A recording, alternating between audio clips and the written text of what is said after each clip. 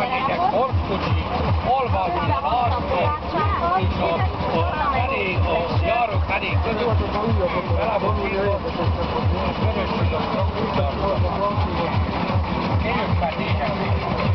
Anna lääkutsit gondolom a lääkutsit. Mivel työn uskomuksena. Hogy milyen nyomást érzett az adott részről, hogy a hazai ipar megköszönhet. Közvetlen fraktorgyáros semmiféle nyomást nem éreztünk, de a KGST-n belül, hát még ki volt osztó, hogy kivívják de viszont amikor kezdett el nehéz idő jönni, akkor megajánlották, hogy ide hozzá játszani az MTC Enyitron. Az egy ilyen változtatható magasságú oldalak készített. Fél oldal, félsülis oldal, egy ilyen faktoros volt.